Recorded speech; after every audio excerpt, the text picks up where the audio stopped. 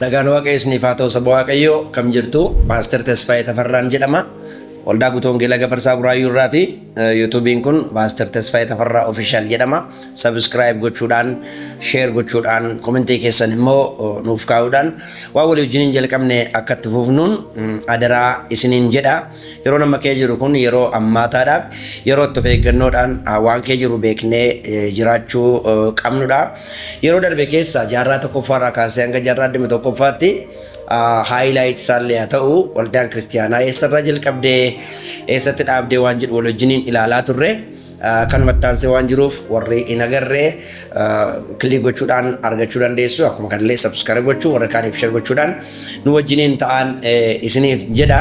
Har'a kutaa lammaffaa irratti jaarraa 21ffaan jaarraa maraatummaa jedhama jenneetu dhaabne. Yoon isin yaadachiise jaarraa tokkoffaan jaarraa ari'atamaa, jaarraa lammaffaan jaarraa dooktriin rakkinarra bu'eedha waldaa kiristiyaanaa, jaarraa sadaffaa arfaffaan jaarraa bilisummaati, jaarraa ja'affaarraa kaasee hanga jaarraa 15ffaatti immoo jaarraa dukkanaa jedhama, which is dark age. Jaarraa 15ffaa irraa eegalee garuu karaa reformers warra jedhaman warra tahaddisoo yookaan immoo haaromsa karaa warra fidan namootan garaagaraatiin waldaan kiristiyaanaa akka isheen deebitee iddoo isheetti deebitee revive goote waliin ilaaluu yaalleerra. Jaarraa 17ffaarraa 13ffaatti yerootti modernizimiin yookaan ammayyummaan waldaa kiristiyaanaa karaa kan biraa challenge godhaa ture ilaalleetu. Jaarraa 21ffaan immoo jaarraa maraatummaa jedhama jennee dhaabne. Jaarraa 21ffaa keessaa wanti jaarraa 21ffaa jaarraa maraatummaa godhan baay'eedha. Isaan keessaa waa muraasa har'a listi goonee ilaalla. Egaa jaarraa keessa jirru beekuun, bara keessa jirru beekuun, haala kee jirru beekuun qophii barbaachisaa ta'eef dhimma Kiristoosii wajjin hiriyachuu wajjin wal qabatee of eeggannoo guddaadhaaf dhama'iinsa guddaa waan nu gaafatuuf baricha beekuun baay'ee murteessaadha. So har'arraa kaafnee waan jaarricha keessa jiruuf jaarricha keessa akkamittiin akka darbuu dandeenyu walii wajjin ilaalla waan ta'eef hamma danda'ame dammaqiinsaan akka na hordoftan jaalala gooftaatiin isin gaafadha. Jaarraa 21ffaan jaarraa maraatummaa jedhama. Jaarraa maraatummaa kan isa jechiise keessaa inni jalqabaa jaarraan kun jaarraa postmodernizmiiti. Jaarraa ammayyummaa darbe yookaan ammayyummaa durse jennudha. Postmodernizmiin wantoonni inni accept godhu keessaa inni jalqabaa relativismiidha. Dhugaan dhaabbataan hin jiru, dhugaan dirqamadha. Dhugaan gamatti dhaabattee ilaaltedha. Wanti siin dhugaa siif dhugaan nama kan biraatiif dhugaa miti.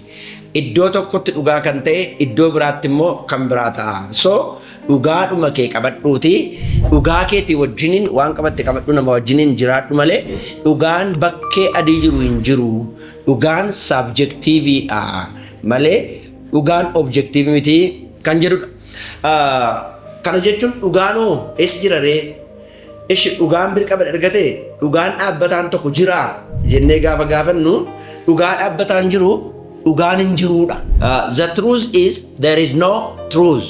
Dhugaan jiru maa inni dhugaa dhumti hin jiru kan jedhutu dhugaadha malee dhugaa dhaabbataan hin jiru. Dhugaan jiru yoo jiraate si keessa jira. That is personal feeling. Wanta sitti dhaga'amu, wanta keessi keessatti hime, wanti miirri keessatti hime isatu dhugaadha. So yeroo amma dhumaatti adeemtan dhugaan ofii keetiif sumadha. Kanaaf waaqni dhugaadha jettu suma mataa keetii self God jedhu create godha. So the spirit of relativism postmodernism keessa isa olaanaadha. Macaafni qulqulluun dhugaan karaan jireenyi Iyesuus isa jedhu faallessa. Akkuma kana ilmaan namaa kan fayyuu qaban karaa tokko qofaan innis Iyesuus Kiristoosti amanuudhaan isa jedhutu faallessa. Postmodernismiin waanuma qabatte qabadhuuti kottu sin keessumsiisa. Waanuma qabatte qabadhu kottu. Premodernismii isa jennu hanga jaarraa 15ffaatti isa jiru Waaqayyo maal jedhaa jedha bara sana namni. Waaqayyo maal jedhaa? Abbootiin amantii maal jedhanii? Ultimate standardiin isaa Waaqayyo maal jedhaadha. Jaarraa 16ffaarraa eegalee hanga jaarraa 20ffaatti saayinsiin maal jedhaa? Dhugaan mirkanaa'e maal jedhaadha? Jaarraa 21ffaa irratti garuu miirri kee maal jedhaa? What does your feeling say? Amma maaltu sitti dhaga'ama? Kanaaf osuma tofii keetiin waaqadha waan ta'eef rilaatiivizimii hordofii kan jedhudha jaarraa 21ffaa keessa post modernizimiin. Inni kan biraan jaarraa 21ffaan identity crisis fide. Inni ideoloojiin post modernizimii kee jiru ati eenyummaan kee waan ati ofii keetii yaadde ani abaluudha of hin jettedha malee waaqayyo akka ittiin uume kan jedhu hin jirudha. That's identity crisis. Wal'aansoo eenyummaati. Wal'aansoo eenyummaati. Kana jechuun namni dhiira ta'ee dhalatee ani dhiira miti jedhee keessi isaa dhiira miti jedhee dhagaameera taanaan ani dhiira miti jedhee yoon dhaqee post modernismiin welcome jedhaan. Dhiira taate dhalachuun kee biologically dhiira ta'uun kee dhiira si gochuu hin danda'u. So wanti keessi kee siin jedhe keessi kee ati dhalaadha siin jedhee naan you can choose what your feeling says. Waan keessi kee siin jedhe sana filachuu dandeessaa jira. So namoonni baay'een dhiira taa'ee dhalatanii ani dhalaadha ofiin jedhan. Namoonni baay'een immoo dhalaa taa'ee dhalatanii ani dhiira ofiin jedhan. Ultimate goal isaa inni isa macaafni qulqulluun waaqayyo jalqabatti dhiiraaf dhalaa godhee uume jedhu faallessuudhaaf ideoloojii seexanni ilmaan namaa bifa post modernizimiin qaroominaa jala dhokatee itti medha. Kana duwwaatu hin taane wanta waaqayyo uumamaan dhalli namaa akka isaa wajjin jiraatan akka isaan oolan dhiiraaf dhalaa godhee walitti uume kana dhalaan dhalaa wajjin dhiirri dhiiraa wajjin akka wal gadheessu ideoloojii seexanni ilmaan namaa keessa kaa'edha. Kanaaf yeroo kana keessa identity crisisiin LGBTQ jedhanii abbreviationaan kan faranjoonni kaa'an jechuudha. L'n lesbiyaansiidha.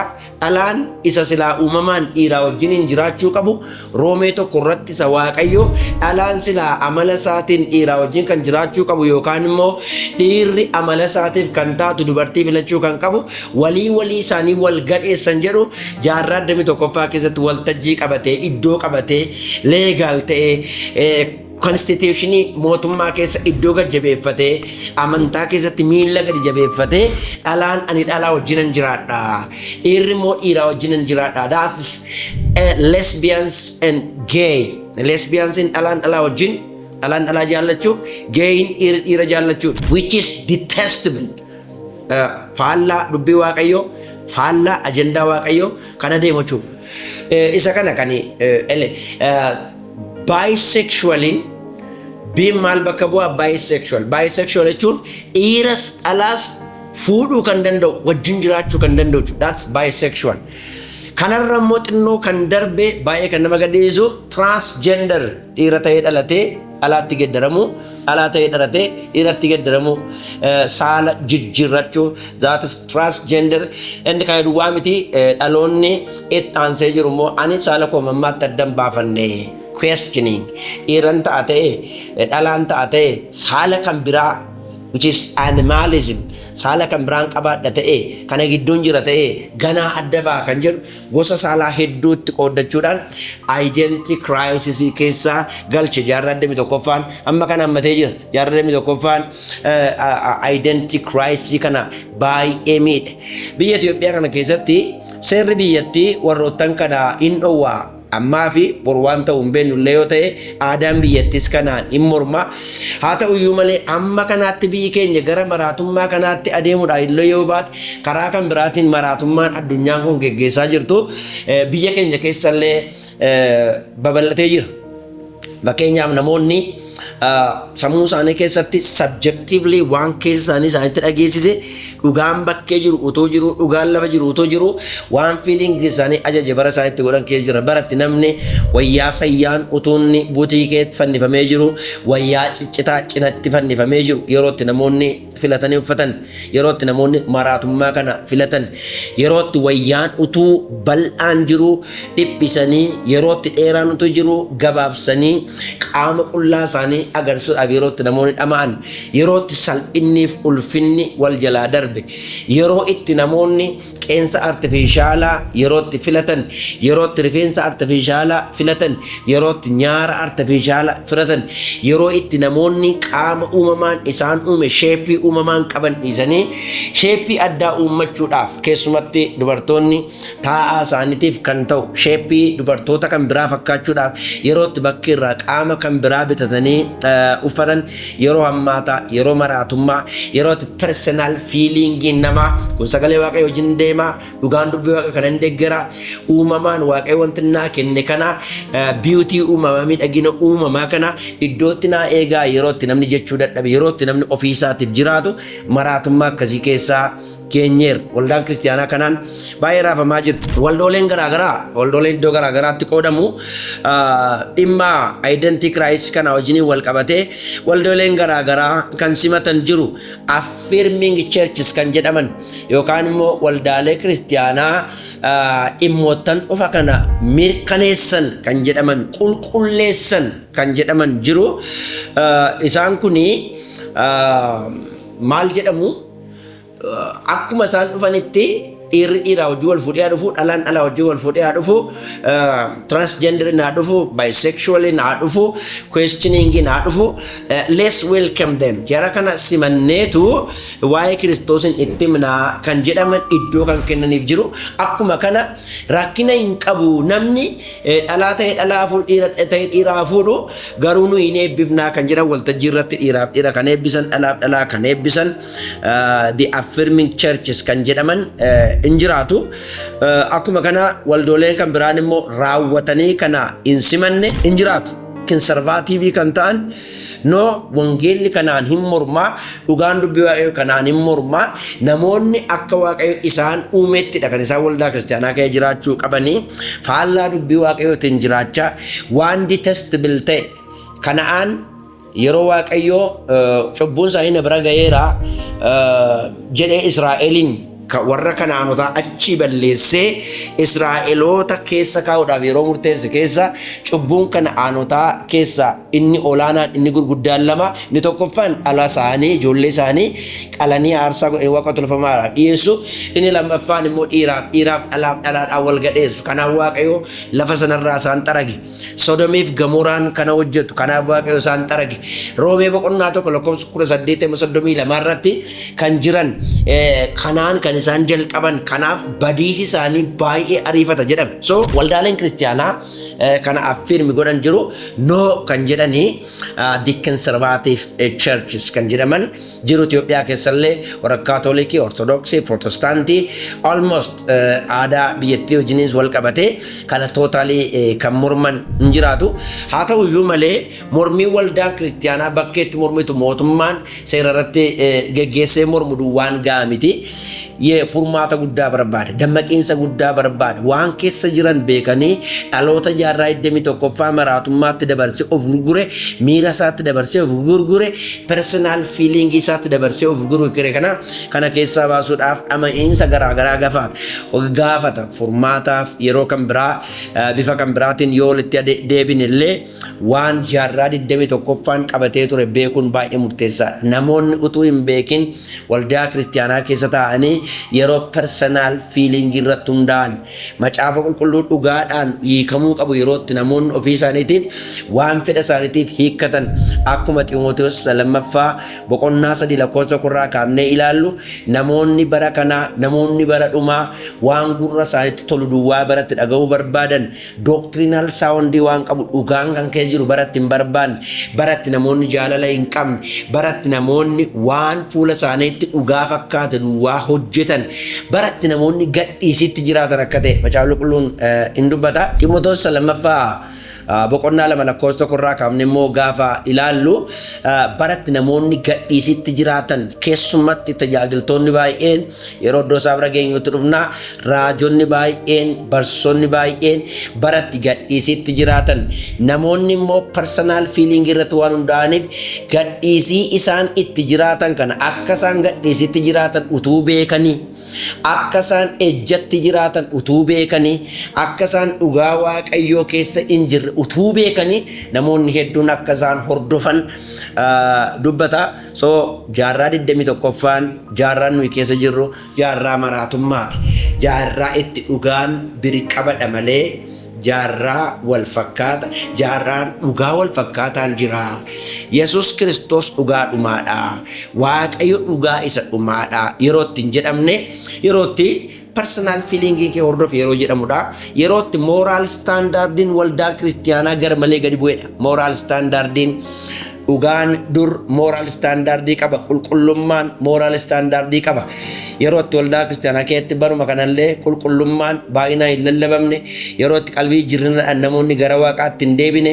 Yeroo itti namoonni rakkinuma isaaniitii wajjiniin jabaadhaa yeroo itti jedhaman akkuma Hizqeel boqonnaa 13 irratti wajjiniin ilaallu yeroo namni mana ijaaruudha Hizqeel agalgaa'onni bara sana turan raajonni bara sana turanii dhoqqee cidii hin qabneen maragaa turanii jabaadhaa waanuma keessa jirtanitti jabaadhaa yeroo itti namoonni jedhaman genuinii wanti ta'e yeroo itti lallabame fannoon Kiristoos dhugaan ilmaan namaatiif Kiristoos hojjete yeroo itti waltajjii irratti hin dubbatamne yeroo itti namoonni materializimii secularizimii feemii yeroo itti namoonni babal'isan famous ta'uu argamu guddinni standardin guddinaa yerootti qabeenyaadhaan madaalame beekamtiidhaan yerootti madaalame waan ijaan argamu yerootti madaalame kana keessa jaarraa maraatummaa kana keessa haleellannee jaarraan keessa jirru maal fakkaata maaltu gara kanaatti nama fide namoonni maaliif dhugaa irratti hundaa'uu dadhabanii miira mataa isaa irratti hundaa'anii kan jedhu xiinxallee haleellannee ilaaluutu nurraa eegama. Kanaaf yeroo itti aanu kana keessa chaalenjoota boqonnaa itti aanutti jaarraa tokkoffaa keessa waldaan kiristiyaanaa qabdu maalii waan jedhu wajjin ilaalla. Hammammaatti adeemsa akka nuu toluuf jaarraalee maal fakkaatu mormiileen jaarraalee kee turan wallaansoo waldaan qabaatte maal akka isaan ta'an beeknetti adeemuudhaaf boqonnaa itti aanu kana keessatti rakkoon waldaan kiristiyaanaa jaarraa kana keessa qabdu maal inni waan jedhu tokko jennee jalqabna.